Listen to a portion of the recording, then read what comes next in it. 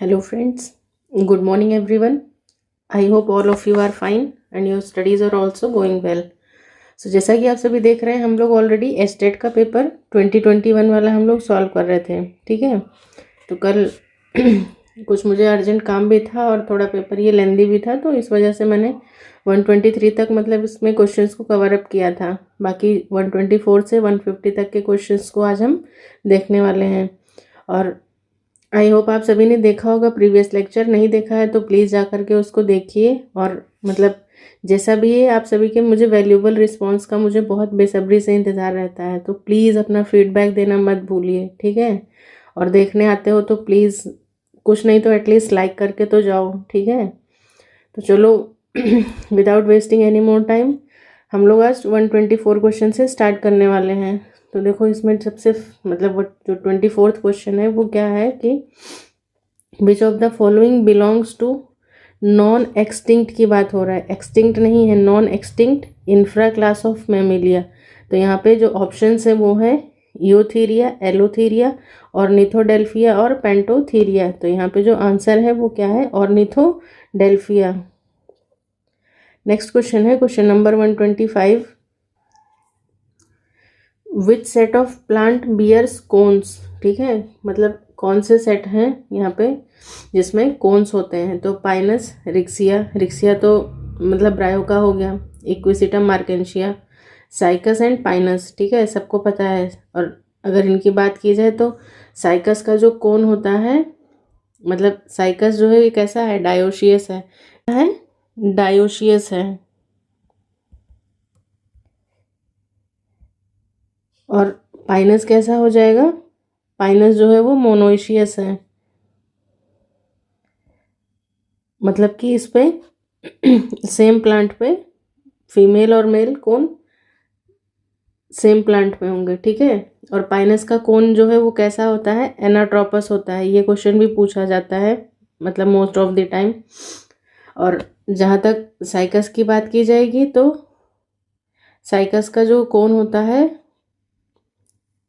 Dioecious होता है, मतलब यानी कि यहाँ पर मेल जो है वो अलग प्लांट पे होगा, मेल कोन अलग प्लांट पे होगा और फीमेल कोन जो है वो अलग प्लांट पे होगा। बाकी साइकस के बारे में ये तो पता ही होगा कि लार्जेस्ट कोन, लार्जेस्ट फीमेल गैमेटोफाइट, ये सारी इन्फॉर्मेशन जो भी वो साइकस से रिलेटेड हैं। बाकी साइकस की कोन की बात की जाए तो इसका कोन कैसा होता है, ऑर्थोट्रोपस होता है और पाइनस का एनाट्रोपस होता है। तो ये कुछ मतलब इन्फॉर्मेशंस थी जो मैंने यहाँ पे आपसे शेयर किया। नेक्स्ट है क्वेश्चन नंबर 126, कह रहा है कि मेटानेफ्रोज किडनी फॉर्म्ड फ्रॉम द, तो किससे फॉर्म होती हैं। तो सबसे पहले आपको ये पता होना चाहिए कि किडनी जो है वो बेसिकली मतलब 3 या 4 तरीके के ओरिजिन भी होता है इसमें। जैसे मतलब बात करते हैं कि इवोल्यूशन अगर किडनी का देखते हैं तो किडनी का इवोल्यूशन में देखो बेसिकली 4 टाइप्स आता है। सबसे पहले आती है आर्किनेफ्रिक किडनी, जो मतलब बहुत ही प्रिमिटिव टाइप की होती है, ये लार्वा ऑफ हैज फिश वगैरह में देखने को मिलती है। फिर आता है प्रोनेफ्रिक किडनी, जो कि क्या है, हेड रीजन में होती है किडनी, ठीक है, इसीलिए इसको हेड किडनी भी कहते हैं। और ये हमें कहाँ पे देखने को मिलता है, इसके एग्जाम्पल्स की अगर बात करते हैं तो एम्ब्रियो ऑफ एमनियोट्स, टैडपोल और प्रिमिटिव फिशेज में प्रोनेफ्रिक टाइप की किडनी देखने को मिलती है। फिर बात करते हैं मीजोनेफ्रिक की, या फिर इसी को हम लोग ओपिस्थोनेफ्रिक किडनी भी बोलते हैं। तो जो ओपिस्थोनेफ्रिक है वो शार्क या डॉग फिश में पाया जाता है, स्कॉलियोडॉन वगैरह में है। लेकिन ये जो मीजोनेफ्रिक टाइप की किडनी है ये बॉडी के किस रीजन में पाई जाती है, तो ये थोरेसिक रीजन में पाई जाती हैं, ठीक है, इसीलिए इसको थोरेसिक किडनी के नाम से भी जानते हैं। और ये पाई कहाँ पे जाती हैं, एग्जाम्पल्स की बात करते हैं तो फिशेस, एम्फीबियंस और कुछ रेप्टाइल्स में मीजोनेफ्रिक टाइप की किडनी देखने को मिलती है हमें। फिर उसके बाद में आता है लास्ट वाला जो कि मोस्ट एडवांस्ड है, ये क्या है, मेटानेफ्रिक किडनी है, ठीक है। और ये कहाँ पे, एब्डोमिनल रीजन में, जैसे कि हम लोगों की किडनी है वो कहाँ पे, हमारे एब्डोमिनल रीजन में है, ठीक है। इसके एग्जांपल्स की बात की जाए तो जितने भी एमनियोट्स हैं सारे रेप्टाइल्स, बर्ड्स, मैमल्स, ये सब इसी में आ जाते हैं। तो यहाँ पे क्वेश्चन ये नहीं पूछ रहा है कि मतलब किस टाइप की किडनी का वो है, यहाँ पे पूछ रहा है कि मेटानेफ्रोज किडनी जो है वो फॉर्म्ड फ्रॉम द, किससे मतलब बनती है। तो उसका आंसर है यहाँ पे थर्ड वाला, posterior end of the nephrogenic mesoderm, ठीक है। और ये क्वेश्चंस अपने आप में बहुत ज़्यादा इंपॉर्टेंट हैं, ठीक है। लिटरली एनिमल मतलब जो भी क्वेश्चंस ये लोग पूछते हैं ना, बहुत ज़्यादा डीप में पूछ रहे हैं और काफ़ी अच्छा स्टैंडर्ड है। मतलब एस्टेट के नाम पे ये कहो कि हाँ पूरा सिलेबस ही थॉरोली मतलब पूछा जा रहा है यहाँ पे। नेक्स्ट क्वेश्चन है क्वेश्चन नंबर 127। यहाँ पे देखो पूछ रहा है कि हीमेरिथ्रिन, ठीक है। हीमेरिथ्रिन क्या है? हीमोग्लोबिन पता है सबको, मायोग्लोबिन भी पता होगा, ठीक है। मायोग्लोबिन कैसा है? मतलब टर्शरी प्रोटीन है। अगर मायोग्लोबिन की बात करते हैं तो इसमें क्या होता है कि ये सबसे पहले तो ये टर्शरी प्रोटीन है, ठीक है। और ये कहाँ पाया जाता है? तो ये मसल्स में पाया जाता है। और यहाँ पर एक मतलब एक मसल फाइबर के साथ में या एक जो मायोग्लोबिन है उसके साथ में एक ही ऑक्सीजन जो है वो बाइंड करता है, ठीक है। लेकिन अगर बात करते हैं हम हीमोग्लोबिन की, तो हीमोग्लोबिन के केस में देखो क्या है। हीमोग्लोबिन सबसे पहले तो ये पता होना चाहिए कैसा प्रोटीन है। तो हीमोग्लोबिन जो है वो क्वाटरनरी प्रोटीन है, ठीक है। यानी कि यहाँ पे हमें दो तरीके के वो देखने को मिलते हैं, 2 अल्फ़ा और 2 बीटा चेन्स देखने को मिलती हैं। अल्फ़ा वाला 141 होता है और ये 146 होता है। इनको जब 2 से मल्टीप्लाई कर दोगे तो ये 500 समथिंग करके आता है। मतलब इसको कैलकुलेट कर लेना, मुझे अभी याद नहीं आ रहा है। तो ये हो जाता है, मतलब हीमोग्लोबिन हो गया, ये क्वाटरनरी है, मायोग्लोबिन टर्शरी प्रोटीन हो गया। अब बात करते हैं हीमेरिथ्रिन की। अब देखो सबसे पहले तो ये याद करने की कोशिश करो, ये क्वेश्चन पिछले वाले पेपर में भी था, 2020 में था ये क्वेश्चन कि नहीं था। जा कर के देखना एक बार, मुझे जहाँ तक याद आ रहा है कि हाँ ये क्वेश्चन था। और यहाँ पे देखो कि हीमेरिथ्रिन जो है वो is a protein that bind and transport oxygen reversibly, ठीक है। ये दोनों तरफ रिवर्सिबली काम करता है। और ये पाया कहाँ जाता है? तो ये रेस्पिरेटरी प्रोटीन है in the blood cells of some marine worms, ठीक है। कुछ मरीन वॉर्म्स वगैरह में पाया जाता है। And it also act as oxygen and redox sensor in bacteria, helping them to adopt changes in their cellular oxygen concentration या फिर रिडॉक्स स्टेटस। मतलब वो जिस जिस कंडीशन में होते हैं उसके अकॉर्डिंग वहाँ पे उसको एडजस्ट करने में हेल्प करता है। बात करते हैं कि हीमेरिथ्रिन होता क्या है, तो contains 2 iron atom that are bound to a set of 5 his residues. एक ग्लूटामिक रेजिड्यू होता है और एक एस्पेरेजिन रेजिड्यू होता है, ठीक है। यहाँ पे आयरन एटम जो है वो स्ट्रांगली बाउंड करता है सल्फर के साथ and are attach to each other by an oxo bridge. मतलब ऑक्सीजन भी इसमें प्रेजेंट होता है। बाकी ये कैसा है? नॉन हीम ओलिगोमेरिक प्रोटीन है। कई बार क्वेश्चन ये भी आता है कि मतलब ओलिगोमेरिक मतलब कि जो एक से ज़्यादा तरीके के मतलब उससे मिलके बना है, जैसे प्रोटीन्स वगैरह हैं। ये हीमोग्लोबिन जो है ये भी क्या है? ये भी एक ओलिगोमेरिक प्रोटीन में ही आता है। मायोग्लोबिन नहीं है क्योंकि इसमें सिंगल ही ये है। और यहाँ पे हीमोग्लोबिन की बात की जाए तो यहाँ पर ये 4 ऑक्सीजन के साथ बाइंड करता है, लेकिन मायोग्लोबिन में एक ही के साथ बाइंड कर रहा था। और ये भी कैसा है? हेमेरिथ्रिन, ये भी ओलिगोमेरिक टाइप का है, ठीक है। ओलिगोमेरिक प्रोटीन है ये। नॉन हीम, इसको लिख लो, non heme oligomeric protein that belongs to 4 helical up and down bundle fold and all alpha protein class, ठीक है। अब देखो अगर आप मतलब, चलो ठीक है मैं एक बार इसका स्ट्रक्चर आपको दिखाई देती हूँ। तो मतलब हेमेरिथ्रिन क्या है? एक नॉन हीम ओलिगोमेरिक प्रोटीन है, ठीक है। बाकी एक बार इसके बारे में थोड़ा सा डिटेल में हम लोग देख लेते हैं, क्योंकि क्या पता नेक्स्ट एग्जाम में इससे रिलेटेड फिर से कोई क्वेश्चन आ जाए, ठीक है। फिर उसके बाद हम ऑप्शंस से गो थ्रू करेंगे। तो देखो ये हीमेरिथ्रिन का जो स्ट्रक्चर है, मतलब जो इसका बेसिक स्ट्रक्चर है वो कुछ इस तरीके से होता है, ठीक है। ये इस तरीके का ये मतलब ऑक्टामर प्रोटीन है, ओलिगोमेरिक प्रोटीन है ये, ठीक है। उसके बाद में देखो इसका जो रियल स्ट्रक्चर है वो कुछ इस तरीके से होता है, डी के इस तरीके से। मतलब यहाँ पे आयरन के 2 ही मॉलिक्यूल प्रेजेंट हैं, बाकी यहाँ पे ऑक्सीजन है और कुछ इस तरीके से। मतलब इसका जो भी है बेसिक स्ट्रक्चर है यहाँ पे कलरलेस होता है बेसिकली। अब देखो इसके बारे में थोड़ी सी इंफॉर्मेशन हम देख लेते हैं कि क्या कहना चाह रहा था एग्जैक्टली। देखो the structure of hemerythrin is as follows. अब यहाँ पे देखो क्या क्या है सब यूनिट्स में। Hemerythrin is an ऑक्टामेरिक protein. कैसा है ये? ऑक्टामेरिक प्रोटीन है, मेड अप ऑफ 8 सब यूनिट से मिलकर के बना हुआ है, each with a molecular weight of 13,500।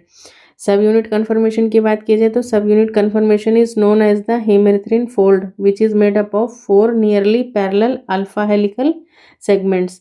Iron atoms की बात करते हैं तो the hemerythrin fold surround a pair of non heme iron atoms which are the oxygen binding site. The iron atoms are linked to the protein through histidine and tyrosine। ठीक है, histidine और tyrosine side chains लगी हुई हैं। Octamer shape जो है, the octamer is a shaped like a square doughnut. Doughnut खाया होगा, ठीक है, इस तरीके से होता है ना, गोल गोल। इस पे कुछ मतलब ऐसे क्रीम वगैरह और कुछ मतलब चीज़ें लगी होती हैं। तो ये कैसा है, ये डोनट तो इस शेप का होता है, लेकिन ये कैसा है, स्क्वायर डोनट शेप का, मतलब इस तरीके से होता है। With 2 layers of subunits facing each other, the subunit are arranged in a 90 degree offset face to face fashion, देख ही चुके हो पीछे। फिर है सब यूनिट टाइप्स में, hemerythrin can be made up of alpha and beta type subunits, ठीक है, but some species have dimeric, trimeric and tetrameric hemerythrins. Protein bind iron which stabilises the quaternary structure. तो ये भी कैसा है, एक तरीके का क्वाटरनरी प्रोटीन है। ओलिगोमेरिक है, ऑक्टामेरिक प्रोटीन है, मतलब जो भी इंफॉर्मेशन यहाँ से आपको काम की लगती हैं उसको नोट कर लो। Hemerythrin is found in the muscle vascular system and coelom of sipunculans. इस तरीके से मतलब कुछ यहाँ पे चीज़ें दी गई हैं।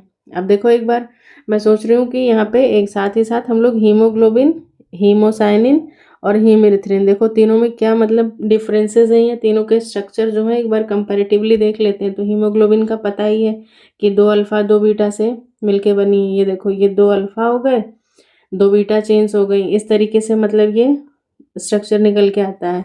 हीमोसाइनिन्स की बात की जाए तो सबसे पहले आपको ये पता होना चाहिए कि ये रेस्पिरेटरी पिगमेंट है किसका, ठीक है।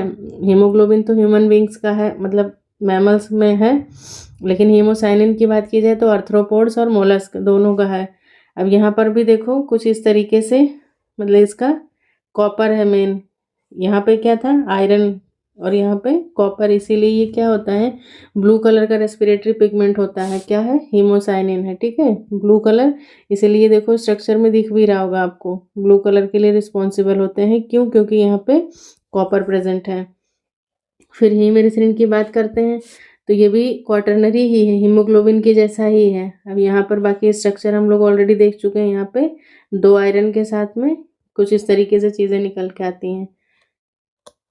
तो यहाँ पे अब चलो ऑप्शंस देख लेते हैं। कह रहा है कि it is a molecule which use copper atom to bind oxygen. Copper atom hemerythrin में नहीं था, हीमोसाइनिन में था, तो ये ऑप्शन गलत हो जाता है। फिर नेक्स्ट है, there is no heme in this and iron atom are bound directly to the proteins. तो यही चीज़ सही है। It is present in arthropods, नहीं। It is green when oxygenated and pink when deoxygenated, ऐसी कोई इन्फॉर्मेशन हमें नहीं दी गई है। तो ऑप्शन सेकंड जो है वो क्या है, सही आंसर है। नेक्स्ट क्वेश्चन है क्वेश्चन नंबर 128। क्वेश्चन नंबर 128 कह रहा है कि niacin is synthesised from. Niacin जो है वो किस से सिंथेसाइज होता है। तो यहाँ पे कुछ मतलब प्रोटीन्स के नाम दिए गए हैं, जैसे थ्रियोनिन, ट्रिप्टोफैन, मिथियोनिन और आइसोल्यूसिन। तो यहाँ पे आंसर जो है वो क्या है, ट्रिप्टोफैन है, ठीक है। बाकी आप मुझे कमेंट सेक्शन में ये बताना कि ट्रिप्टोफैन जो है वो और किसका प्रिकर्सर होता है, ठीक है। अगर प्लांट्स की बात की जाए तो ऑक्सिन का प्रिकर्सर है ना, पढ़ा होगा प्लांट मतलब हार्मोन वाले चैप्टर में। बाकी niacin is synthesise from the amino acid tryptophan, ठीक है, अमाइनो एसिड ट्रिप्टोफैन से ये सिंथेसाइज होता है। Body convert tryptophan to niacin in the liver mainly when there is more tryptophan than is needed for protein synthesis. बाकी किसी भी question में कोई भी डाउट हो तो मतलब पूछा करो यार, जब तक नहीं पूछोगे तब तक कहाँ ही पता चलेगा कि कुछ समझ में आ भी रहा है या नहीं। बाकी देखो नियासिन की अगर बात करते हैं तो थोड़ा सा एक्सप्लेन कर देते हैं। इसको और किस नाम से जानते हैं, विटामिन B3 को हम लोग क्या बोलते हैं, नियासिन, या फिर और किस नाम से जानते हैं इसको, निकोटिनिक एसिड।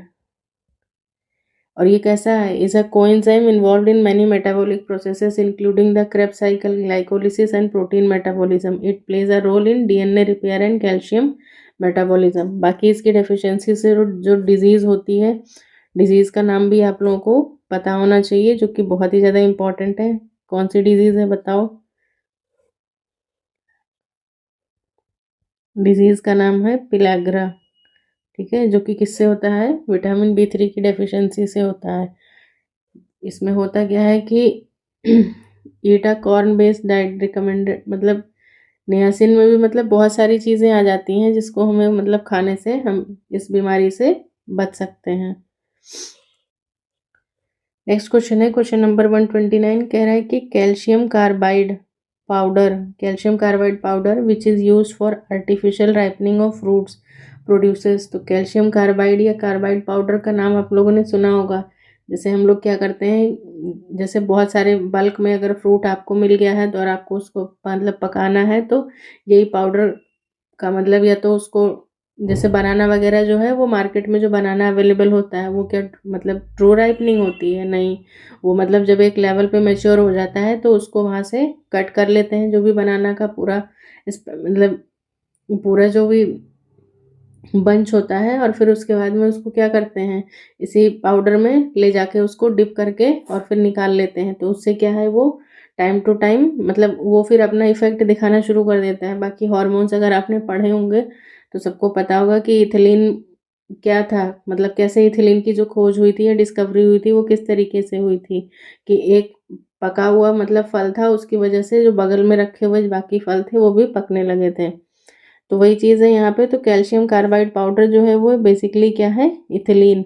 इसको इस तरीके से भी मतलब पूछा गया था, double bond CH2 double bond CH2, कई बार इस तरीके से भी दे देता है, तो ध्यान रखिएगा इस चीज़ का। नेक्स्ट क्वेश्चन है, क्वेश्चन नंबर 130 कह रहा है कि the curd formed by the action of lactic acid bacteria on milk is rich in. तो उसमें क्या रिच होता है, विटामिन B12 की रिचनेस देखी जाती है। नेक्स्ट क्वेश्चन है 131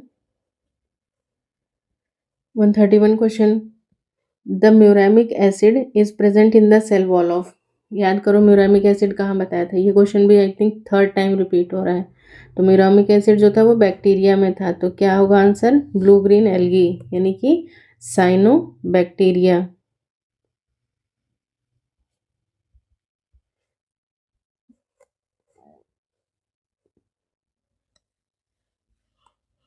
तो नेक्स्ट क्वेश्चन है, क्वेश्चन नंबर 132। यहाँ पे देखो क्या पूछ रहा है, कह रहा है कि सिलेक्ट द इनकरेक्ट स्टेटमेंट। हमें इनकरेक्ट स्टेटमेंट बताना है किसके रेफरेंस में, क्रेब साइकिल के। तो क्रेब साइकिल सबको पता है, रेस्पिरेशन वाले चैप्टर में है, आई होप आपने अच्छे से पढ़ा भी होगा।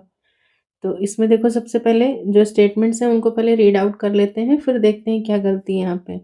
तो पहला ऑप्शन कह रहा है कि the cell cycle starts with condensation of acetyl group with pyruvic acid to yield citric acid. कुछ गलत लग रहा है यहाँ पे? अगर अच्छे से आपने पढ़ा है तो आपको क्लियर हुआ होगा यहाँ पे कि cycle starts with condensation of acetyl group से स्टार्ट होता है, लेकिन पायरुविक एसिड के साथ कंडेंसेशन नहीं होता है उसका। उसका किसके साथ होता है, ऑक्सैलो एसिटिक एसिड के साथ होता है, जो कि कितना 4 कार्बन कंपाउंड होता है। तो हमारा आंसर एक तरीके से हमें यही मिल जाता है, ठीक है, कि ये यही ऑप्शन जो है वो गलत है। बाकी a molecule of GTP is synthesise during conversion of succinyl coenzyme to succinic acid, ये बिल्कुल सही है, ठीक है। सेक्सिनाइल कोएंजाइम से सेक्सिनिक एसिड जब बनता है तो वहाँ पे एक जीटीपी निकल के आता है, और वहाँ पे अगर आपसे पूछा जाए कि उस स्टेप पे एंजाइम कौन सा लगता है तो आपको पता होना चाहिए कि कौन सा एंजाइम लगता है, थायोकाइनेज कोएंजाइम लगता है। उसके बाद में कह रहे हैं at one point in the cycle FAD+ is reduce to FADH2, मतलब इस साइकिल में एक जगह पे FADH2 भी बनता है। तो बिल्कुल सही बात है, कब बनता है, जब सक्सिनिक एसिड से फ्यूमेरिक एसिड बनता है तो उस जगह पे FAD+ जो है वो FADH2 में रिड्यूस हो जाता है, और वहाँ पे एंजाइम कौन सा लगता है, SDH। और ये एंजाइम एक और जगह पाया जाता है, आप मुझे बता सकते हो, कमेंट सेक्शन में लिख करके बताना कि ये SDH जो है ये और कहाँ पे पाया जाता है। तो सक्सिनेट डिहाइड्रोजिनेज की हेल्प से यहाँ पे एक FADH2 का भी फॉर्मेशन होता है, और साथ ही साथ इस साइकिल में 3 NADH2 बनता है, एक FADH2 बनता है और एक ATP बनता है। तो ये सारी चीज़ें हो गई। बाकी NAD+ is reduce to NADH2 at 3 points in the cycle, तो बिल्कुल सही कह रहा है। मतलब कहने का मतलब यही निकल के आता है कि जो 1 एसिटिल कोएंजाइम है उससे पूरी साइकिल में देखो क्या होता है, 2 CO2 रिलीज होता है, उसके बाद में 3, जैसा कि यहाँ पे बताया जा रहा है 3 NaDH2। बाकी ये सारी चीज़ें आपकी टिप्स पे होनी चाहिए। एग्ज़ाम में आपको ये सब खुद से पता होना चाहिए, खुद से आपको याद होना चाहिए कि हाँ कहाँ पे क्या सारी चीज़ें हैं। एक FADH2 बनेगा और साथ ही साथ वही जो एक GTP बता रहे हैं ना यहाँ पे, कहाँ गया, एक GTP, हाँ ये जो एक GTP बनता है इसी को मतलब हम लोग ऐसे मतलब GDP से GDP होता है एक्चुअली, GDP से GTP का फॉर्मेशन होता है, तो हम लोग इसको मतलब एज ए ATP कंसीडर करते हैं, तो एक ATP का भी फॉर्मेशन होता है। मतलब टोटल कितना हो गया यहाँ पर, अगर बात की जाए कि कितने ATP बने, तो एक NaDH2 से 3 बनते हैं, तो 3 3 से कितना हो गया यहाँ पे 9 हो जाएगा। उसके बाद में एक ATP हो गया 10 हो गया, और एक ATP ये हो गया मतलब कि एक FADH2 से 2 ATP बनता है, तो 2 1 जा 2 यानी कि 2 हो गया 9 और 2 11 और एक 12, मतलब टोटल जो है यहाँ पे 12 ATP का फॉर्मेशन होता है। बाकी चलो मैं एक बार आपको साइकिल भी दिखा देती हूँ, ताकि इससे ये रहेगा कि नेक्स्ट टाइम अगर एग्जाम में कोई क्वेश्चन आपको इससे रिलेटेड मिलता है ना तो आप इजीली सॉल्व कर लेंगे। तो ये है, मतलब थोड़ा सा ब्लर्ड है बट ठीक है, आप इसको मतलब समझने के पर्पज़ से देखिए थोड़ा सा, बाकी कोई इशू नहीं है। मेरे नोट्स हैं काफ़ी पुराने हो चुके हैं। तो ये क्रेब साइकिल की बात की जा रही है, किसकी बात हो रही है यहाँ पे, क्रेब साइकिल की बात हो रही है। अब यहाँ पे देखो सबसे पहले तो ये क्या था, एसिटिल कोएंजाइम था ना, ये क्या था ऑक्सैलो एसिटिक एसिड, जो कि कितने था 4 कार्बन का था, और एसिटिल कोएंजाइम 2 कार्बन का होता है, ये 2 कार्बन का है, ये 4 कार्बन का है। वाटर यहाँ पे आकर के मिलता है और इनका कंडेंसेशन होता है और एंजाइम कौन सा होता है, कोएंजाइम होता है। तो इसकी हेल्प से यहाँ पे किसका फॉर्मेशन होता है, सिट्रिक एसिड का, मतलब 4 कार्बन 2 कार्बन मिलके कितने बन गए 6 कार्बन, और ये बना क्या सिट्रिक एसिड, या इसी को ट्राई कार्बोक्सिलिक एसिड साइकिल, या इसी को कई बार हम इस साइकिल को TCA साइकिल के नाम से भी जानते हैं, याद रखिएगा। फिर उसके बाद में यहाँ से नेक्स्ट स्टेप है, यहाँ पे एकोनिटेज एंजाइम यूज़ करके हम लोग मतलब नेक्स्ट क्या बनता है, सिस एकोनिटेज, जो कि ऑलरेडी कितना है मतलब 6 कार्बन का ही है। फिर इसके बाद में सिस एकोनिटेज जो है इसका आइसोमराइजेशन किया जाता है, फर्स्ट स्टेप ये था, ठीक है, सेकेंड स्टेप ये है। फिर इसका आइसोमराइजेशन करते हैं और एंजाइम फिर से वही एकोनिटेज ही यूज़ होता है, और क्या बन जाता है आइसोसिट्रिक एसिड, जो कि ऑलरेडी फिर अभी भी कितने का है 6 कार्बन का है। अब यहाँ पे देखो NAD+ जो है उसका ऑक्सीडेशन किया जाता है, ठीक है, और क्या बने मतलब ऑक्सैलो सक्सिनेट, और यहाँ से पहला जो है CO2 मतलब रिलीज हो जाता है, मतलब कार्बोक्सिलेशन प्रोसेस यहाँ पे हुई, और एंजाइम कौन सा लगता है आइसोसिट्रिक डिहाइड्रोजिनेज लगा, ठीक है, मतलब ऑक्सीडेशन भी हो रहा है साथ ही साथ डिकार्बोक्सिलेशन भी हो रहा है, दोनों स्टेप्स हो रहे हैं, और यहीं पे पहला जो है NAD+ जो है वो NADH2 में रिड्यूस हो जाता है, मतलब पहला NADH2 हमें कहाँ से मिल गया, इस जगह से मिला। और ये किस में मतलब जो आइसोसिट्रिक एसिड था 6 कार्बन वाला, ये किस में चेंज हो जा रहा है, अल्फा कीटो ग्लूटारिक एसिड में। एक कार्बन निकल गया था ना, एक CO2 यहाँ से निकल गया बाहर, बचे कितने 5 कार्बन बचे, तो अल्फा कीटो ग्लूटारिक एसिड कितने कार्बन का है 5 कार्बन का है। उसके बाद में फिर से यहाँ पे मतलब ऑक्सीडेशन और डिकार्बोक्सिलेशन दोनों स्टेप्स होते हैं, और यहाँ से एक और CO2 बाहर निकल जाता है, ठीक है, और साथ ही साथ यहाँ पर एक बार फिर से NAD+ जो है वो NADH2 में रिड्यूस हो जाता है, यानी कि हमें यहाँ से दूसरा NADH2 मिल गया, एक यहाँ पे मिला था और दूसरा यहाँ पे मिल गया। यहाँ पे जो एंजाइम यूज होता है वो है कीटो अल्फा केजी डिहाइड्रोजिनेज, ठीक है, तो एंजाइम यहाँ पे यूज हुआ था अल्फा कीटो ग्लूटारिक डिहाइड्रोजिनेज, ठीक है, ये भी ऑक्सीडेशन डिकार्बोक्सिलेशन रिएक्शन है, यहाँ पर भी यही चीज़ है, मतलब कार्बोक्सिलेशन मतलब CO2 का निकलना और ऑक्सीडेशन मतलब H+ का ऐड होना, ठीक है। तो alpha keto glutaric acid 5 carbon का था, एक कार्बन निकल गया, बचा 4 कार्बन। अब 4 कार्बन का जो कंपाउंड बनता है यहाँ पे वो है सक्सिनिल कोएंजाइम, ठीक है, कितने का है ये 4 कार्बन एटम्स का है।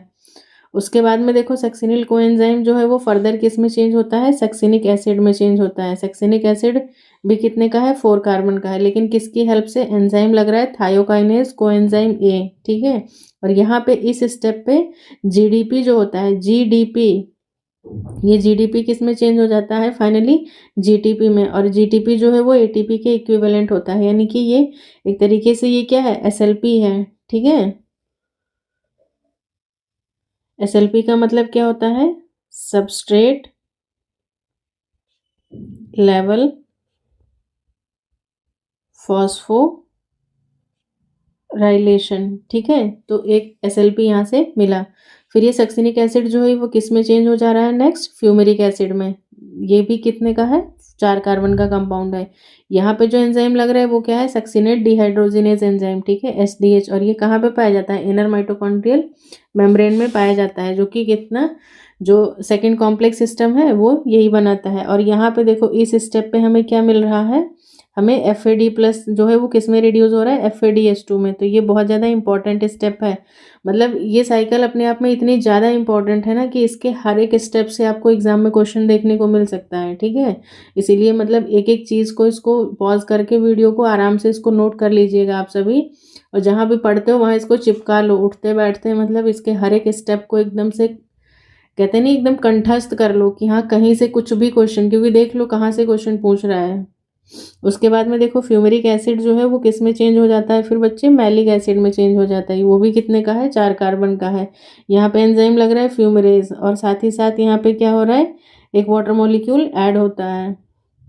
फिर जो मैलिक एसिड है वो किस में चेंज हो जाता है, ऑक्सैलो एसिटिक एसिड में, जो कि क्या है, 4 कार्बन कंपाउंड का। और यहाँ पे जो एंजाइम लग रहा है वो मैलेट डिहाइड्रोजिनेज है। मतलब अंदर की तरफ मैंने जितने एंजाइम थे वो सब साथ साथ में लिख दिए हैं। और यहाँ पर फाइनली NAD+ जो है फाइनली वो थर्ड वाला, वो NADH2 में रिड्यूस हो जाता है। मतलब तीसरा NADH2 हमें यहाँ से मिला। और फिर ये ऑक्सैलो एसिटिक एसिड फिर से वाटर के साथ में, मतलब इसमें ऐड होता है वाटर, और इसका कंडेंसेशन हो जाता है एसिटिल कोएंजाइम के साथ में। और यहाँ पे फिर से ये सिट्रिक एसिड बना लेता है। तो मतलब 4 कार्बन से 2 ऐड हो गए, 6 हो गया। मतलब साइकिल इस तरीके से पूरी चल रही है। और ये होती कहाँ पे है क्रेब्स साइकिल, सबसे पहले तो कई बार इसकी लोकेशन भी पूछता है, तो आपको याद रखना है माइटोकॉन्ड्रियल मैट्रिक्स में होता है। ठीक है, माइटोकॉन्ड्रिया के मैट्रिक्स में क्रेब्स साइकिल चलती है।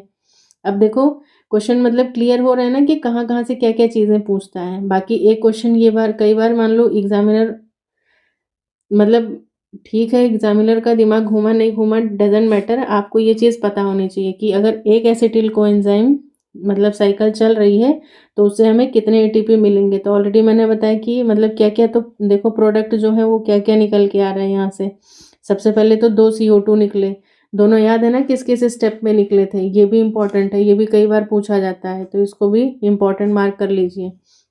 उसके बाद में 3 NADH2 निकला, 3 3 सा 9 हो गया। एक NADH2 से 3 ATP निकलता है ना, और 3 से 9 हो गया। एक ATP, ये GTP जो था ATP के फॉर्म में ये हो जाएगा, और एक FADH2 से 2।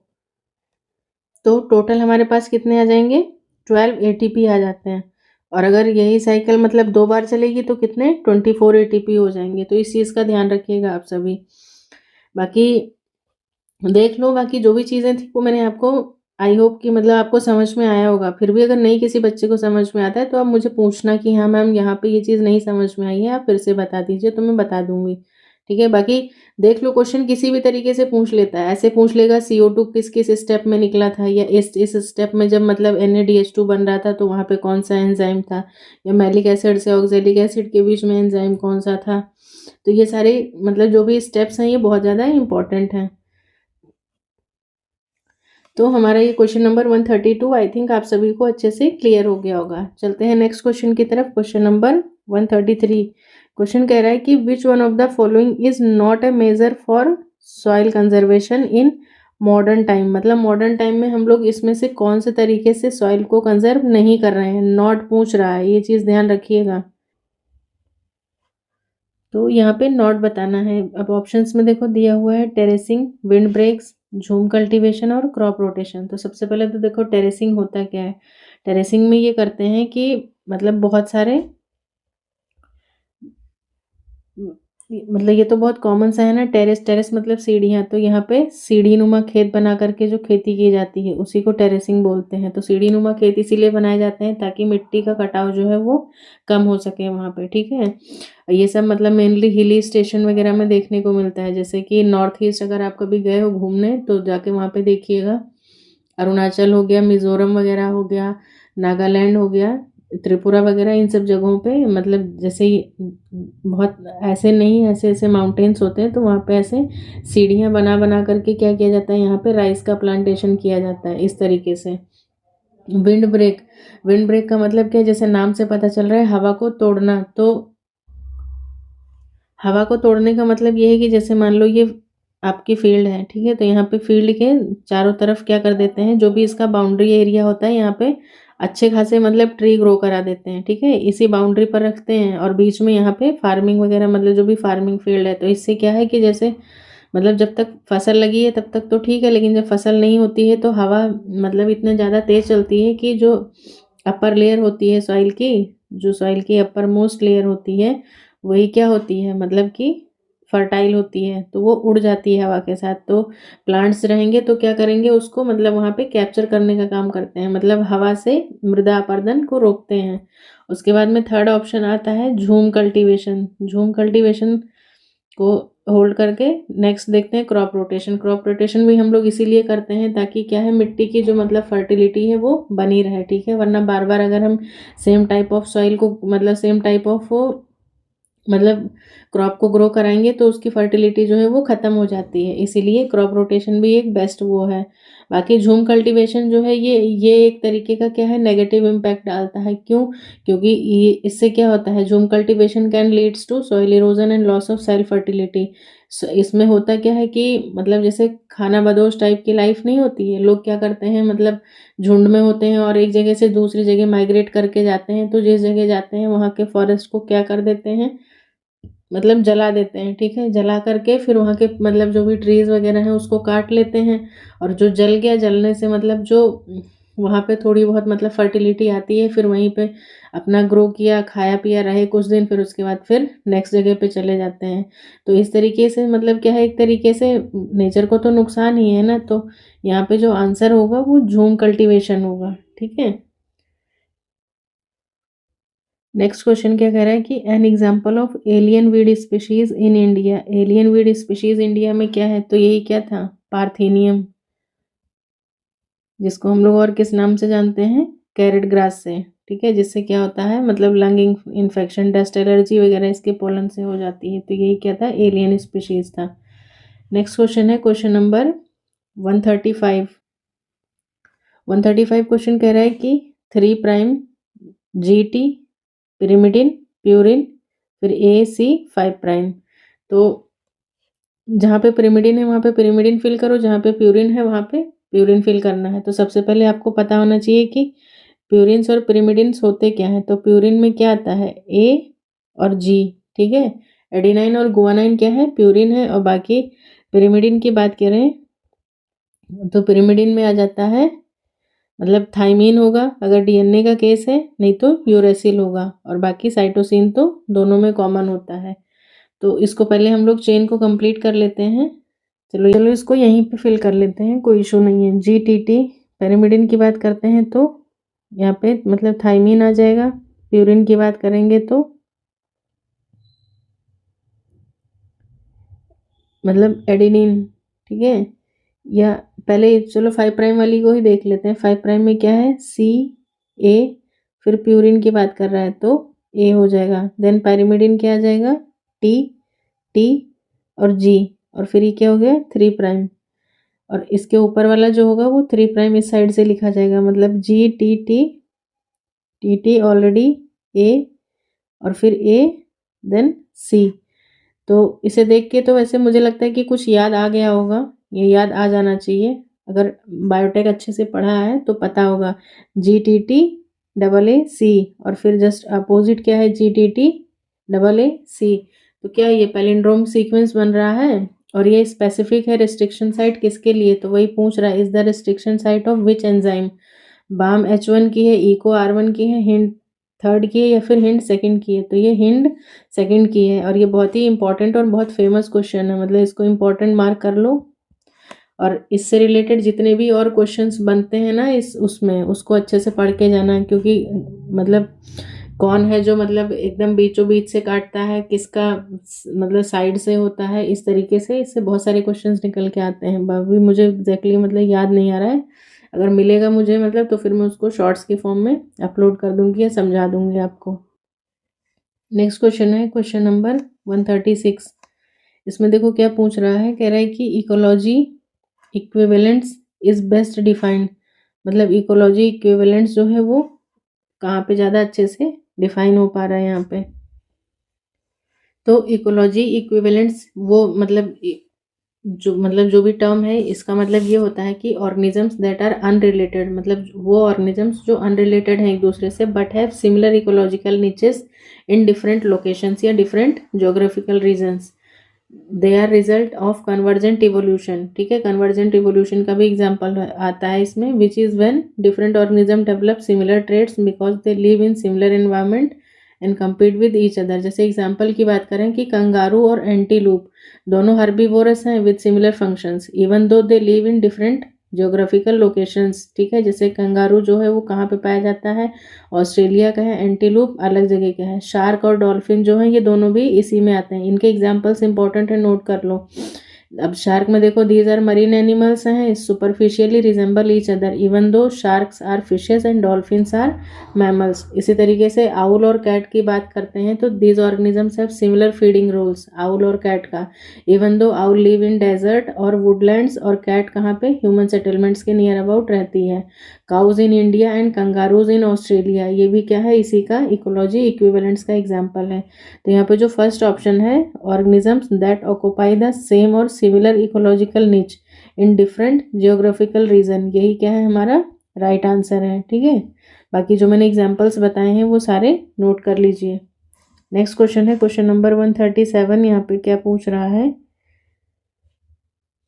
मैच द फॉलोइंग करना है।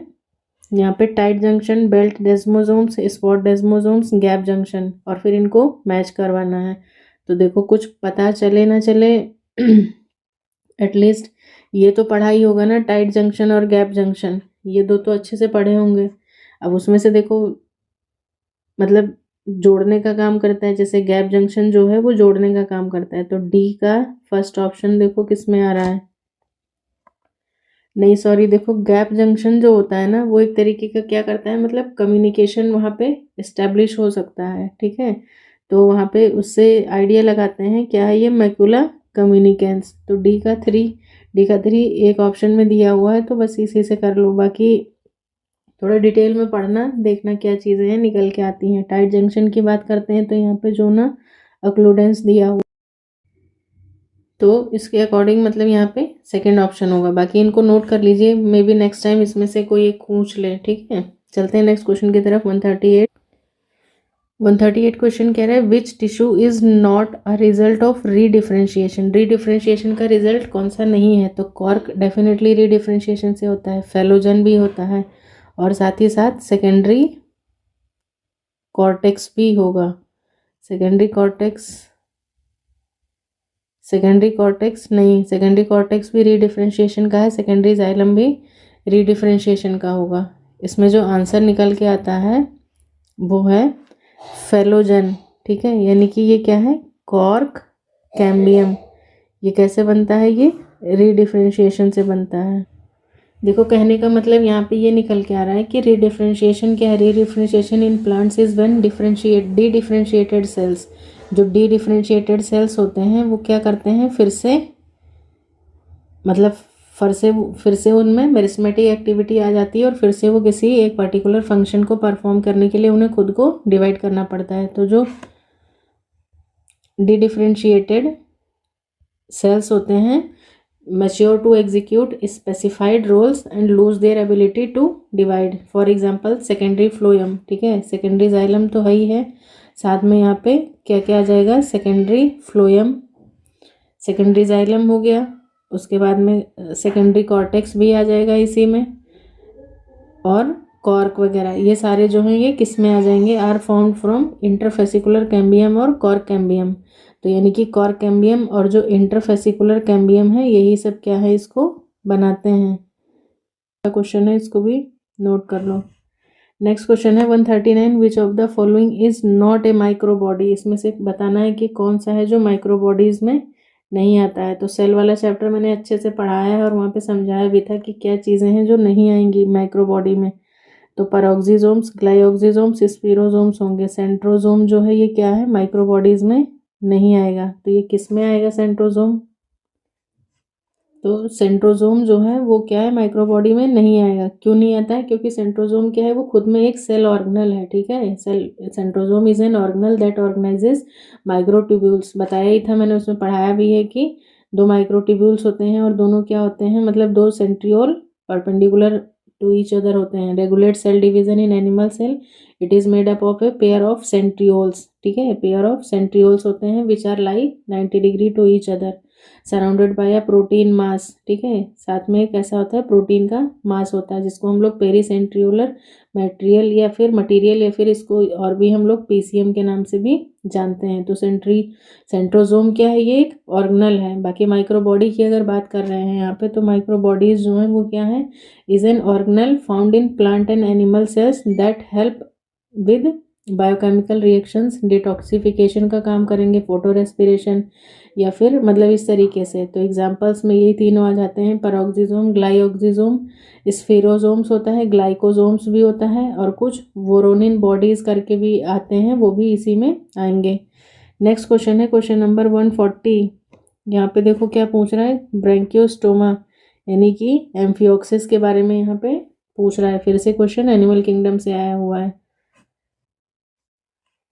तो यहाँ पे देखो फर्स्ट ऑप्शन है एक्सोस्केलेटन, गोनोडक्ट, हार्ट, या फिर कलरलेस ब्लड। तो जो इसका आंसर है वो कलरलेस ब्लड ही है, क्योंकि क्या है, एम्फियोक्सिस का मतलब circulatory system as a blood is circulated within the vessels. Heart यहाँ पे एब्सेंट होता है। This type of circulation is called as close circulatory system होता है, and they lack a red blood corpuscles and respiratory pigment. और blood इनका कैसा होता है, कलरलेस होता है। तो ऑप्शन डी होगा।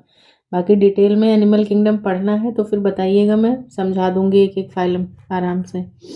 नेक्स्ट है 141। यहाँ पे मतलब कितना भी कम एक्सप्लेन करूँ ना, टाइम बहुत लग जा रहा है, पता नहीं क्यों। 141 है first human clock gene was discovered by. तो ये सबसे पहले मतलब किसने इसको डिस्कवर किया था, ये क्वेश्चन तो पता नहीं, मतलब मुझे नहीं मालूम, मैंने इसको भी गूगल ही किया है। तो इसका आंसर जो है वो है इंग हुई फू करके, मतलब यहाँ पे जो इनका आंसर किया आया था हरियाणा वालों का, उन्होंने ये दिया है option, first human clock gene discovered. बाकी मैंने गूगल किया था तो मुझे वहाँ पे कुछ और बता रहा था। बताइएगा कमेंट सेक्शन में क्या हो सकता है। नेक्स्ट क्वेश्चन है 142। कह रहा है in crustaceans moulting meaning of anecdysis cycle is. तो क्रस्टेशियंस की जब मोल्टिंग होती है तो वहाँ पे एनिकडाइसिक साइकिल जो होती है उसका क्या मतलब होता है। मतलब मोल्टिंग का मतलब तो पता ही होगा, मोल्टिंग साइकिल क्या होती है कि the period between two successive moulds, मतलब एक फॉर्म से दूसरे फॉर्म में जब वो चेंज हो रहा है तो उसमें क्या चेंजेस आ रहे हैं, ठीक है। और ये कैसा एक कॉम्प्लेक्स प्रोसेस होता है विच इन्वॉल्व सेवरल स्टेजेस, जैसे इंटर मोल्ट हो गया, प्री मोल्ट हो गया, एक डाइसिस हो गया, पोस्ट मोल्ट हो गया। इंटर मोल्ट में क्या होता है, लॉन्गेस्ट स्टेज होता है where animal regenerate muscle and stores energy. फिर प्री मोल्ट में जो ओल्ड स्केलेटन होता है is reabsorbed somatic muscle atrophies and new exoskeleton form होता है। फिर एक्डाइसिस में क्या होता है, एक्डाइसोन पता होगा, यहाँ पे एक्सोस्केलेटन इज शेड, मतलब एक्सोस्केलेटन को हटा देते हैं through a rapid Uptake of water from the environment. और फिर पोस्ट मोल्ट जो होता है वो the new exoskeleton expends and hardens through इस मतलब स्क्लेरियोटाइजेशन होता है और मिनरलाइजेशन वगैरह के थ्रू। तो पता नहीं इसका आंसर वहाँ की में भी नहीं दिया था, एस्ट्रिक मार्क दिया था, शायद सबको एक नंबर जो है वो कॉमन दिया गया था। तो यहाँ पे जो भी ऑप्शंस है वो मतलब उतना क्लियर नहीं है। अब यहाँ पे देखो कह रहा है कि inter moult is short and pre moult is long, ठीक है। तो यहाँ पे मतलब जो चीज़ें मैंने बताई उसके अकॉर्डिंग यहाँ पे मतलब कोई भी ऑप्शन मैच नहीं करे, क्योंकि यहाँ पे टाइम पीरियड नहीं दिया रहता है किसी का कि कौन सा शॉर्ट होगा कौन सा लॉन्ग होगा। बाकी जो मतलब जो भी डिटेल्स थी वो मैंने आपको बता दिया। बाकी फोर्थ ऑप्शन भी मतलब नहीं सही लग रहा है, क्योंकि कह रहा है कि formation of new exoskeleton is incomplete and need ecdysone hormone for completion of exoskeleton. तो देखो एक्डाइसिस जो है वो new exoskeleton expands and hardens होता है थ्रू स्क्लेरियोटाइजेशन और मिनरलाइजेशन के थ्रू, मतलब ये पोस्ट में आ जाएगा।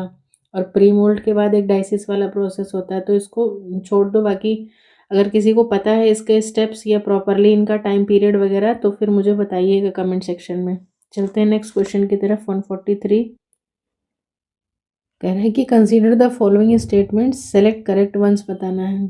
फर्स्ट ऑप्शन कह रहा है कि larynx is associated with breathing movements, ठीक है। Trachea is lined with ciliated squamous epithelium, नहीं ये गलत है। ये क्या है, croup is a disease of the reproductive tract, तो ये भी क्या है सही नहीं है। नेक्स्ट है lung pinprick condition is an immunological disease, तो ये भी सही है। तो ऑप्शन जो है वो यहाँ पे फोर्थ हो गए, यानी कि ए और डी जो है वो करेक्ट है। 143 का फोर्थ ऑप्शन। बाकी अगर मैं आपसे पूछूं कि ट्रेकिया जो है वो किससे लाइंड होता है, तो आपको पता है ना, अगर आपने एनिमल टिश्यूज़ को अच्छे से पढ़ा है, नहीं पढ़ा है तो पढ़ लीजिए, वो चैप्टर भी बहुत ज़्यादा इंपॉर्टेंट है। तो ट्रेकिया जो है वो किससे लाइंड होता है, सीलिएटेड स्यूडो स्ट्रेटिफाइड, स्क्वेमस नहीं होगा यहाँ पे, क्या होता है, स्यूडो स्ट्रेटिफाइड कॉलुमनार कॉलुमनार एपिथेलियम, ठीक है। कॉलुमनार सेल्स कैसी होती हैं, ऐसे बड़ी बड़ी होती हैं ना, यहाँ पे ऐसे न्यूक्लियस बेसल होता है इसमें, तो ट्रैकिया का ये हो जाएगा, तो इसको ध्यान रखिएगा। नेक्स्ट है क्वेश्चन नंबर 144, कह रहा है कि अब ये क्वेश्चन भी मतलब अलग ही पूछ रहा है। The number of categories of the ecosystem service has defined as MEA 2005। अब ये MEA 2005 कब हुआ था और उसमें क्या क्या कैटेगरीज थी, तो इसको मतलब थोड़ा सा देख लेना आप लोग। बाकी यहाँ पे जो आंसर दिया गया था वो 144 क्वेश्चन का आंसर सेकंड है, मतलब 4 वो थे। बाकी देखते हैं इसको, मैंने भी नहीं अभी देखा है इसको ध्यान से। नेक्स्ट है 145, कह रहा है कि genetically different type of pollen grains are brought to the stigma, मतलब जेनेटिकली डिफरेंट हैं, ठीक है, फिनोटिपिकली नहीं, जेनेटिकली ही मतलब अलग अलग उससे आ रहे हैं। तो इसका आंसर क्या हो जाएगा, जीनोगैमी हो जाएगा, ठीक है। बाकी ये सारे इंपॉर्टेंट हैं। जिटोनोगैमी में तो क्या होता है कि मतलब एक ही प्लांट का मान लो ये फ्लावर था और दूसरा ये था, तो इससे उड़ के इसी में चला गया, तो मतलब मॉर्फोलॉजिकली डिफरेंट था लेकिन जेनेटिकली तो सेम था ना। लेकिन जीनो में क्या होगा, एक ये है और एक ये है, अब इन दोनों में अगर क्रॉस होता है तो पपाया वगैरह हो गया। क्लिस्टोगैमस वो होते हैं जो खुलते ही नहीं, जैसे वेओला पैंसी वगैरह, इस तरीके से। चेस्मोगैमस जो है वो दोनों मतलब वो होते हैं। नेक्स्ट क्वेश्चन है क्वेश्चन नंबर 146, कह रहा है कि राइबोजाइम्स आर, तो राइबोजाइम्स क्या होते हैं, तो नॉन प्रोटीनेशियस बायो कैटलिस्ट होते हैं राइबोजाइम्स। ये भी अच्छा है, और ये क्वेश्चन पिछले उसमें भी पूछा गया था, आई थिंक जो पिछले मैंने पेपर करवाए हैं शायद 18, 19, 20 किसी भी एक में था ये। नेक्स्ट क्वेश्चन है question number 147, select the correct statement. अब देखो क्वेश्चन इस पेपर में मतलब लिटरली काफ़ी टफ था और क्वेश्चन बहुत लेंदी पूछे थे। अब यहाँ पे देखो पूछ रहा है कि predators maintain the diversity in a community, हाँ, क्योंकि प्रेडेटर्स की वजह से मतलब जो है वो साइकिल एक तरीके से मेंटेन रहती है, डाइवर्सिटी, तो यही जो है वो सही है मेरे हिसाब से। बाकी अगला क्या कह रहा है कि limited resource supply leads to unlimited growth, भाई जब रिसोर्सेज ही लिमिटेड है तो अनलिमिटेड ग्रोथ तुम कहाँ ही करवा दोगे। All plant show seed dormancy, नहीं ऐसा नहीं होता है। The species that invade a bare area, मतलब बेयर एरिया जो मतलब बहुत ही न्यूड है, मतलब जहाँ पे कुछ भी नहीं है, मतलब बंजर भूमि है, वहाँ पे अगर कोई स्पीशीज आकर के इन्वेड करती है तो क्या वो क्लाइमेक्स हो जाएगा, नहीं, वो क्या कहलाते हैं, वो लाइकन कहलाते हैं, मतलब वो प्रिमिटिव स्टेज होती है, तो ये हो जाएगा उसका। तो मतलब इसके अकॉर्डिंग बाकी 3 गलत थे और जो पहला ऑप्शन था यही क्या था, सही था। नेक्स्ट है 148 क्वेश्चन। 148 में देखो क्या कह रहा है कि ये क्वेश्चन भी अच्छा क्वेश्चन है। कह रहा है कि suppose a gene contain the following double stranded sequence, कोई जीन है उसका ये सीक्वेंस है। अब कह रहा है कि इफ़ द टॉप स्ट्रैंड, मतलब ये पहले वाला है ऊपर वाला, इज़ द सेंस स्ट्रैंड, अगर हम इसको सेंस स्ट्रैंड कह रहे हैं, सेंस स्ट्रैंड मान लेते हैं and code for a mRNA, और फिर इससे एक mRNA बनता है। विच of the following would be the sequence of the corresponding segment of antisense RNA, तो फिर उससे जो RNA बनेगा ना उसका क्या सीक्वेंस निकल के आएगा, तो इसको मैं यहीं पे समझा देती हूँ। तो इसको यहीं पे मतलब समझा देते हैं, जैसे मान लो कि ये था, इसी को मतलब मैं पिंक कलर यूज़ कर रही हूँ ताकि आपको इजीली विजिबल हो। अब देखो 5 प्राइम से 3 प्राइम था, तो 5 प्राइम वाला यहाँ पे है, ठीक है, मैं 3 प्राइम से यहाँ पे लिखती हूँ, ठीक है। 3 प्राइम से ए है तो मतलब mRNA की बात कर रहा है ना, तो एडेनिन का अपोजिट क्या होगा, थाइमिन होता है डीएनए केस में, लेकिन यहाँ पे क्या आ जाएगा, यूरेसिल आ जाएगा, यू हो गया। टी का अपोजिट क्या हो जाएगा, ए हो जाएगा। जी का सी हो जाएगा। फिर टी का ए, मतलब 3 बार टी है तो 3 बार ए आ जाएगा। फिर ए का क्या हो जाएगा, फिर से यू हो जाएगा। और जी का सी, सी वाले का जी हो जाएगा। देन अगेन जी है तो सी, और सी का फिर से जी हो जाएगा। और ये 3 प्राइम टू 5 प्राइम हो जाएगा। तो यही क्या बन गया, मतलब जो इसके जस्ट नीचे लिखा जाएगा। ये मैंने बस टाइम ना वेस्ट हो इसलिए यहाँ पे कर दिया। अब देखो ये ऑप्शन सर्च करते हैं कहाँ पे है, तो यहाँ पे देखो ऐसे मत लगा देना UACAAA करके। क्यों, क्योंकि यहाँ पे देखो 5 प्राइम है, 5 प्राइम से 5 प्राइम नहीं, 5 प्राइम के नीचे 3 प्राइम से बनेगा, जस्ट अपोजिट।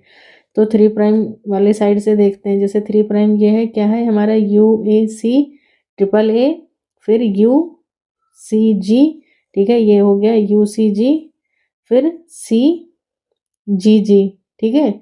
तो फोर्थ वाला ऑप्शन जो है वो यही क्या होगा, सही आंसर होगा। इसमें ज़्यादा कुछ नहीं था, बस यही समझना था कि हमें इसी को पकड़ के इसका mRNA बनाना था बस। और जहाँ पे थाइमिन था वहाँ पे हमें यूरेसिल प्लेस कर देना था। नेक्स्ट क्वेश्चन है 149, लेकिन बहुत खतरनाक क्वेश्चन है, मतलब एकदम से ऐसे नहीं कि हाँ आपसे देखते से ही सॉल्व हो जाएंगे। नेक्स्ट क्वेश्चन है 149, कह रहा consider the following statement and select the incorrect one. Reference to the genetic code, genetic code किसने दिया था।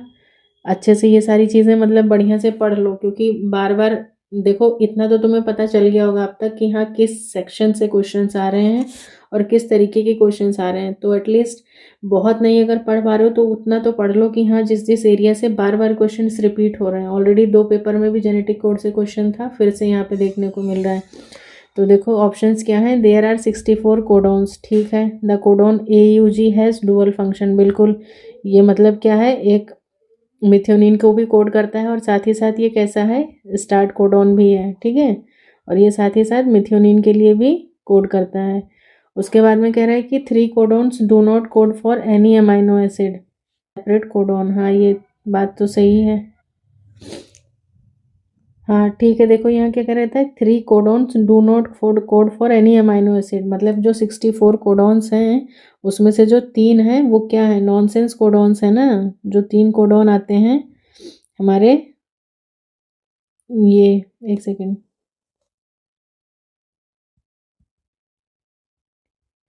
UAG, UGA और UAA, ये क्या है, ये मतलब 3 जो हैं ये स्टॉप कोडॉन्स हैं, या फिर इन्हीं को हम लोग नॉनसेंस कोडॉन्स भी कहते हैं, ठीक है। तो ये क्या है, किसी भी अमाइनो एसिड के लिए कोड नहीं करते, ठीक है। तो ये भी सही हो गया, मतलब फर्स्ट सेकंड थर्ड तीनों ऑप्शन जो हैं वो करेक्ट हैं। फोर्थ ऑप्शन जो है वो गलत है, कह रहा है कि each amino acid is coded by a separate codon, नहीं ऐसा नहीं है, तो यही गलत है। बाकी इन तीनों के लिए एक स्पेसिफिक नेम भी है, वो भी याद रखिएगा, UAG, UGA और UAA। इसको हम लोग बोलते हैं UAG, UGA, UAA, अंबर, ओपल, ओकर, 3 codons do not code for any amino acids, ये हो जाएगा। और बाकी AUG और भी हैं सारे जो क्या है, डुअल फंक्शन बियर करते हैं, ठीक है, मतलब अलग अलग वो होता है। बाकी AUG ह्यूमन में स्टार्ट कोडॉन की तरह एक्ट करता है, लेकिन शायद ये बैक्टीरिया या उसमें देखना पड़ेगा एक बार, उसमें उनका जो स्टार्ट कोडॉन है वो दूसरा होता है। और बाकी ये चौथा वाला तो मतलब गलत ही है, क्योंकि इसमें देखो ऐसा नहीं है, क्योंकि देखो हमारे पास अमाइनो एसिड्स कितने हैं, 20 हैं। और जो कोडॉन्स हैं, मतलब जो जेनेटिक कोड इज डीजेनरेट, मतलब क्या होता है, that some amino acids are coded by more than 1 codon. There are 64 possible codons but only 20 amino acids, जिसमें से 3 जो है वो बनाते ही नहीं हैं। This means that most amino acids are represented by more than 1 codon. तो इस वजह से ये ऑप्शन गलत हो जाएगा। बाकी लास्ट क्वेश्चन है इस पेपर का, कह रहा है कि the ultimate source of energy for a detritus food chain. 2 तरीके की फूड चेन होती है ना, ग्रेजिंग फूड चेन और डेट्राइटस फूड चेन, दोनों अच्छे से पढ़ लेना, इकोलॉजी में है। अब यहाँ पे डेट्राइटस के लिए अल्टीमेट सोर्स ऑफ एनर्जी पूछ रहा है, तो अगर अल्टीमेट की बात की जाए तो यहाँ पे मेरे अकॉर्डिंग आंसर सन होना चाहिए, ठीक है। बाकी आप लोग देखना कि मतलब क्या है, अगर कुछ और लगता है तो मुझे इन्फॉर्म करना कमेंट सेक्शन में। बाकी देखिए इस क्लास को यहाँ पे अगर कोई प्रॉब्लम है या कोई डाउट है तो फिर मुझे बताना, ठीक है। मिलते हैं नेक्स्ट क्लास में, नेक्स्ट मतलब कोई पेपर लेकर के। अगर कोई आपको स्पेसिफिक टॉपिक पढ़ना है तो बताइए, फिर उसके बाद हम लोग उसके अकॉर्डिंग कंटिन्यू करेंगे। तो चलो फिर वाइंड अप करते हैं यहाँ पे। Thanks for watching everyone. और हाँ, जो भी बच्चे देखने आए प्लीज़ यार एक लाइक का बटन दबा के जाया करो, ठीक है। पसंद आए ना आए कोई बात नहीं, जो चीज़ ना पसंद आए वो कमेंट सेक्शन में लिख के जाओ और बाकी लाइक का बटन प्रेस करके जाओ। चलो फिर, थैंक्स फॉर वॉचिंग एवरीवन।